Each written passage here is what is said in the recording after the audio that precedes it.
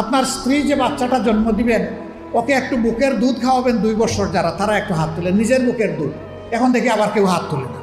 আমি বললাম এটাকে বৈষম্য না? একজন পেটে গর্ভধারণ করলো, এরপরে বুকের দুধ দিয়ে বাচ্চাকে বড় করলো, আপনি কিছুই করলেন না, এটাকে বৈষম্য না?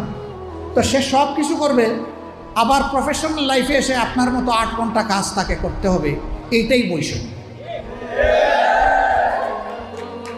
এখন বলবেন যে শিল্প মালিক বাঁচবে কেমনে, সরকারের কাজ হবে কেমনে? অবশ্যই হবে।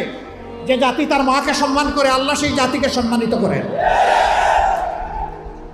চোররা চুরি করে সমাজ থেকে পকেট কেটে লুণ্ঠন করে যেই টাকা নিয়ে যায়, সেই টাকা যদি ফেরত আসে, সেই টাকা যদি সদ্ব্যবহার করা যায়, মায়েকে রানীর মর্যাদায় প্রতিষ্ঠিত করা হবে ইনশাআল্লাহ।